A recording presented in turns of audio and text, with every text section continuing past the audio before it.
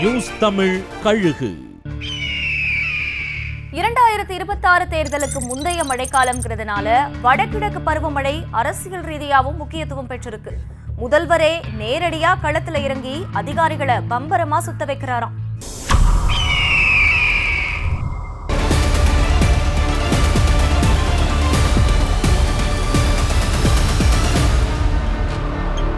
சென்னையிலிருந்து மழைக்கான முன்னெச்சரிக்கை நடவடிக்கைகளை முடுக்கி விடுறதுக்காகவே 24, 25 தேதிகள்ல நலத்திட்ட உதவிகளை கொடுக்க போற தன்னோட தென்காசி பயணத்தை ஒத்தி வச்சிருக்காராம் முதல்வர். தீபாவளி அன்னைக்கு உள்ளாட்சி அதிகாரிகளை அழைச்சு பேசின முதல்வர் சென்னையில ஒரு சில ஏரியாக்களை சொல்லி அங்கெல்லாம் எடுக்கப்பட்ட நடவடிக்கைகள் என்னன்னு கேட்டாராம். அதுக்கு அதிகாரிகள் சொன்ன பதில்ல திருப்தி அடையாம தானே சென்னையில தங்கி அதிகாரிகளை ஒருங்கிணைச்சு மழை பாதிப்பு முன்னேற்பாடுகளை செய்ய தீர்மானிச்சாராம் முதல்வர். தலைமைச் செயலாளரை உடன் வச்சுக்கிட்டு வானிலை ஆய்வு மையத்தோட தகவல்களையும் கையில வச்சுக்கிட்டு ஒட்டுமொத்த அதிகாரிகளையும் முடுக்கி விட்டிருக்காராம் முதல்வர்.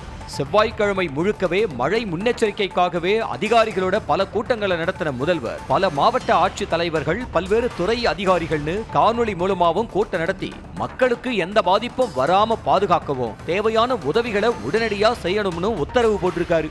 மழை முன்னேற்பாடுகள் பத்தி ஒரு அறிக்கை வெளியிட்ட எதிர்க்கட்சி தலைவர் தஞ்சாவூருக்கு நேர்ல போய் மழையால பாதிக்கப்பட்ட விவசாயிகளை சந்திச்சதும் நெல் கொள்முதல் நிலையங்கள்ல ஆய்வு செஞ்சதும் ஆளுங்கட்சிக்கு அரசியல் பிரஷரை ஏத்த முதல்வரோட மழை கட்டளைகளுக்கு அதிகாரிகள் பம்பரமா சுழல ஆரம்பிச்சிருக்காங்களாம்.